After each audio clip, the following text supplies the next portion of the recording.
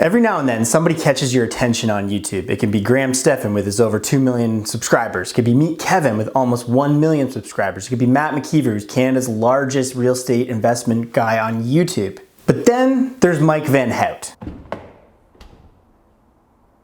It doesn't work. Don't tell them. It doesn't work. It's broken. In 2018, Mike Van Hout came to my Vegas Entrepreneur Experience event where Matt McKeever and I hosted an event in Las Vegas where we rented out an entire hotel room and invited entrepreneurs to learn. At that event, we had Meet Kevin and Graham there, and they talked about YouTube, and they talked straight to Mike about YouTube. So Audi's telling you this car is not for posers. You actually have to drive it. You cannot do parking lot pimping with this thing. Now, fast forward all the way to 2020, Mike has finally got on YouTube and he's made a car channel called Accelerate, and it is blowing up on YouTube. And if you guys haven't seen it, I want you to get over and subscribe to his channel. But we have a treat today because I'm going to his secret garage and I'm gonna interview Mike. But don't worry, I won't say much because he is a man of a lot of words and I just wanna take in everything the man has to say, because not only does he have a big following on YouTube now for the cars, he also has a very large rental property portfolio that I've always been jealous of. And I've always just been like one little step behind Mike Van Hout. What do you think, buddy? But I'm happy to call Mike one of my friends, and I'd like for you guys to not only hit the like button on this video for the YouTube algorithm, because I would like this to get pushed out to as many people on YouTube as possible to see who Mike Van Hout really is. And also if you could subscribe to the channel, that'd be amazing because we're trying to get to 10,000 subscribers on this channel. And let me go sneak into Mike's secret garage. Well, just chitter chatter, pitter patter, man. It's a Sunday night. It's a Sunday night and me and Jeff Wybo are sitting here in my personal YouTube studio / Accelerate's head office, aka where we shoot our YouTube channel. How come you didn't sell me this Audi? It's not an Audi. This is a new, the new Kia Elantra. Oh, okay. Like, you know, not a Hyundai Elantra, the Kia Elantra. What are we rambling about today, Jeff? Who are you? Why should people care? Actually, you should care because at the end of the day, I'm 37 years old and you're probably 21 years old wondering like, what the hell do I do with my life? You know? That's what I was thinking, but I'm here today with fancy cars because people expect fancy cars if they want attention, right? The only way to get attention today is fancy cars, pretty girls, or if you got something intellectual to say. So hopefully try to bridge all those pieces together, minus the fancy girls. When are you gonna get an Aston Martin on the channel? Maybe when you get one. So they probably showed up to the channel because of the fancy cars, but who is the real Mike Van Hout? It depends on what stage of your life you're asking, but I think for me today, it is about a few things. One is having lots on the go, because having lots on the go, you are protected and insulated from anything that can go wrong in your life, right? So money's one of them, mindset's the other. You're too busy. There's lots going on, you have lots of different angles, you're meeting lots of people, you're doing lots of different things. I had this like weird analogy today thinking about how this works, is real estate as an example. Everybody's sort of focused on real estate and that's all they do. And obviously there's different things in real estate. So like, let's talk about chips, right? And we talk about say ketchup chips. So ketchup chips is like, some people love it, some people hate it, but chips make money because their chips are like recession proof, right? Just like houses, right? So everybody's in chips. Now some people have ketchup chips, some people have dill pickle chips, all different types of chips. So that represents all the different types of real estate. Okay. Yeah, you need to get a little shoehorn to get your ass in this thing. But think about this, where are the chips sold? In a supermarket, variety stores, that's one step above it, right? So chips is one section of the real estate and variety store. But there's so many different things in the world that make up all the things we do, right? So there's cars, there's tires, that's not real estate, right? There's this show. Yes, it is in real estate, but it uses cameras. So there's so many different like angles you can use. And I don't specifically use one thing in my life. I got real estate, I got cars, I got services, I got people. Yeah, some of that does tie into real estate, but it's on a broader scale. So I'm working on a secret project at the moment, which I will share with you guys in 2 months. 2 months. So January 1st, you'll hear some pretty big news from me on a local level, not on a mass scale like YouTube. You know what I mean? It'll be on a local level. So I'm pretty excited to share that. But I need stuff in my vacuum cleaner, right? So my vacuum cleaner can hold 5 items, and once one item's removed, I gotta fill something else with it, or I move to a different vacuum cleaner and make more space. So for me, it's about just making sure I have as much stuff in there as possible, but it also keeps my mind busy. And think about this. You can, everybody, not just me, not just you, everybody can have 5 things that they have working on. And that's how I look at it. And when one thing is running, you can just replace it with something else. And then that thing's running on its own, like real estate, right? Real estate runs by itself. You don't need to be monitoring and bugging it all the time. Private lending. Once you put the money out, 6 months, 1 year, 2 years, it's out there doing its thing. Right. You know, everything kind of just runs by itself. You don't have to sit there and babysit it, right? So if you can create a system, you can get it to run, then any business on any planet, on the planet can run. And no matter where you live, whether you're in the States or in Canada or you're in frickin' Zimbabwe, like I had one on my YouTube channel for Accelerate, by the way. I have, and it's cool because on YouTube you can search like who watches your videos, right?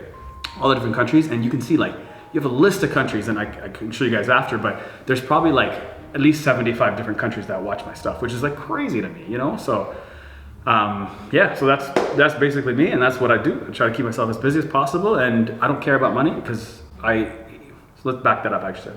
If this video gets 1,000 likes, I'm getting an Aston Martin. There we go. 1,000 likes, guys. That's all you need. 1,000 likes. I do care about money. But what is cool about it is that when you have, you know, like a lifestyle that's set, you can do lots of other things. And if it fails, it's cool. It doesn't mean like if it fails, it's your livelihood, right? So I think part of that also makes it successful because if I'm not focused on the money directly, I know they say this all the time, but it's people say it, and if they feel it and do it, it's different. No, you know, if people lose, I don't know, have you guys ever lost a significant amount of money? And if you have, how does that make you feel after that point, you know? Anyways, we can jump left and right, because that's how I am. I like to jump left and right and have a million things on the go. That's how I keep all this stuff present in my mind and get it all like in order because I jump, you know, and I've trained myself to be able to jump and then jump back and basically, you know, be crazy, I guess. So why Accelerate right now? So Accelerate, it's like anything else. I'm the believer of if you find the right person to work with, then you go do it. Or you find potential in there, you go do it. So I love cars. As you can see, these are daily driven. I drive them every day. They're not garage queens. Everything I own, I drive every day, and I drive it well. You can see they're dusty, they're dirty. So it's mad dirty because I actually drive these things all the time. I mean, there's, look, bird poo, and yeah, just lots. I don't know if you guys can see that, but she gets driven, and so does this. As I said, these are not garage queens. We're getting a lot of haters jumping on, oh man, this guy doesn't take care of his cars, but cars are meant to be driven, not to be stored. All right, start her up. Yeah man, whatever you want. There's lots to talk about, but in my channel and a little bit over here, we can talk about depreciation of cars, and some cars you can buy that depreciate. So you can buy a 2015, you know, whatever, let's call it a Ford Focus, and you can buy the Ford Focus for 25,000 bucks, and 5 years later it's worth 5,000 bucks. Whereas I can buy something like this, and yes, the initial investment's a lot more money, but over a 5-year period, I won't lose as much as that Ford Focus. I'm not talking specifically about this car, but we can talk a little bit more about that car because that car does not depreciate. So depends on what you're after. You can buy different vehicles, and I can talk about that on my channel and a little bit here. Yeah, man, so you know what? I just drive them. I don't really care about them per se. I mean, they're vehicles, but people also don't know that they are also really good marketing tools because I love cars and I like to buy stuff that doesn't lose money for the most part. And yeah, this one's it. And I do like being outside. So I like convertibles. I like to drive them. I'm not really the guy to babysit them, as I mentioned. And if you buy them right, then it's worth it. If you don't buy them right, then you're just being a customer. So do you want to buy them right or do you want to be a customer? You pick. So my grand scheme here was to actually have an ownership manual on video for clients. Because think about this, you go buy your whatever car you have, right? And whatever car you have, but whatever car you have, and you want to know about it. And what you're going to do is you're going to watch YouTube videos and a ton of YouTube videos. And those YouTube videos will not show you every single detail about the car. They're going to show you like the quirks and quirks about the car, or they're going to show you like what's wrong with it, what they like, what they don't like, but they're not going to show you exactly how the car operates. So I started making actual full out owner's manual on video, and it's still a genius idea. So whoever does it, you're going to be rich. I want some moolah for that. But if you do set it up, think about this. Every manufacturer on the planet is going to use you as a basis for videos. And if they want to know, I have a 2011 Chevy Impala and I need to know how to unlock the gas door because the power died. Well, how do I do that? Well, I'm going to watch this video, and on this video, just like you have on the bottom here in the description below, you're going to have all the the timestamps, right? So you can take a timestamp and click that and watch it, as opposed to flipping through an owner's manual, trying to find it, it's a lot more painstaking, right? So people are using video all the time. I figured I wanted to do that. Except when I did it, it would take me like 3.5 hours to do one car. That is the problem. There's so much data in each car that how do I go out there and I put it there? I decided to compare this versus this. And that's very easy. If you compare this car versus that car, then it's pretty simplistic. People can watch it. And then the channel started to take off a little bit. And then I got a partner of mine now who's on the channel with me, and he edits all the videos, he shoots it, and he's a professional at that. And that's obviously helped the content, and it's beautiful. And if you haven't seen it, I'm sure Jeff will slide in something in this.